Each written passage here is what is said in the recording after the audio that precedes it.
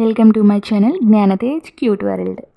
Tasty gongura chicken నా స్టైల్లో ఈజీగా ఎలా చేసేయాలో చూసేద్దాం రండి.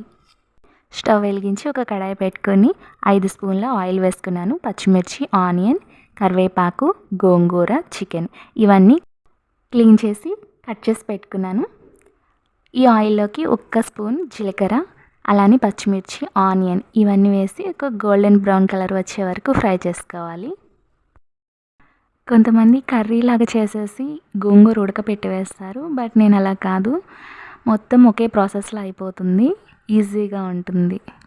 ఇందులో 2 రెమ్మల కరివేపాకు వేసుకోవాలి. మొత్తం కొంచెం రెడ్గా వచ్చేది వరకు ఫ్రై చేసుకోవాలి. ఇందులో గుప్పెడు పుదీనా కట్ చేసి వేసుకుంటున్నాను. టేస్ట్ బాగుంటుంది ఆ ఫ్లేవర్ వల్ల. పుదీనా ఇలా ఆయిల్లో ఫ్రై అవ్వడం వల్ల చేదుతనం ఉండదు, మంచి ఫ్లేవర్ని ఇస్తుంది ఫుడ్కి. ఇందులోకి చికెన్ కూడా యాడ్ చేసేస్తున్నాను. 1/2 స్పూన్ పసుపు, 1 స్పూను కల్లుప్పు వేసి ఇంకొకసారి కలయబెట్టేస్తున్నాను. దీన్ని మూత పెట్టి ఒక పావు గంట సేపు మగ్గించుకోవాలి. ఇందులోని వాటర్ మొత్తం పైకి వస్తుంది. ఈలోపు నేను ఫ్రెష్గా అల్లం వెల్లుల్లి పేస్ట్ అయితే ప్రిపేర్ చేసుకుంటున్నాను. పావు గంట తర్వాత వాటర్ అన్నీ ఇనకడం స్టార్ట్ అవుతాయి. చికెన్లో ఉన్న వాటర్ మొత్తం ఇనికిపోయేదాకా మూత తీసి ఫ్రై చేసుకోవాలి. ముక్క బాగా మగ్గాక రెడీ చేసి పెట్టుకున్న అల్లం వెల్లుల్లి పేస్ట్ అయితే 2 స్పూన్లు యాడ్ చేశాను.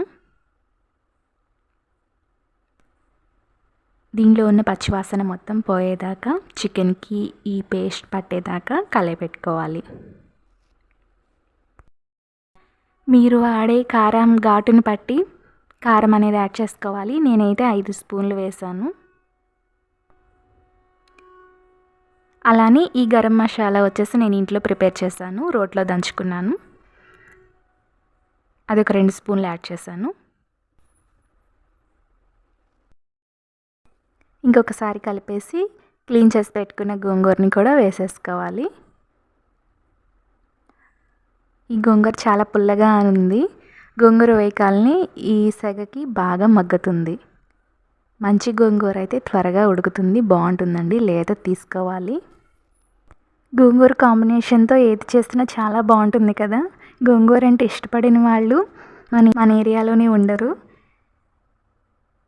దీని మీద మూత పెట్టేసి మధ్యలో మధ్యలో కలుపుకుంటూ వేయించుకోవాలి. ఇది బాగా మగ్గి పచ్చివాసన పోవాలి. ఒక గ్లాస్ వాటర్ పోసి దీన్ని బాగా కలుపుకోవాలి. మధ్యలో మధ్యలో కలుపుకోవాలండి, లేదంటే అడుగు పట్టేస్తుంది. 1 స్పూన్ ధనియాల పొడి వేసుకున్నాను. ఈ కర్రీలో 70% మొత్తం గోంగూర వేయకముందే జరుగుతుందండి. మిగతా 30% గోంగూర వేసాక జరుగుతుంది. చాలా ఈజీగా ఉంటుంది. మనం చికెన్ కర్రీ చేసుకున్నంత టైంలోనే మనకి గోంగూర చికెన్ కూడా అయిపోతుంది. ఇష్టం ఉన్న వాళ్ళు టమాటో కూడా వేసుకోవచ్చు. ఇందులో మీకు ఏమైనా మిస్టేక్స్ అనిపిస్తే నన్ను క్షమించండి. ఈ వీడియో కనుక నచ్చితే లైక్ చేయండి. ఇలాంటి మరెన్నో వీడియోస్ కోసం సబ్స్క్రైబ్ చేసుకోండి. Thank you for watching.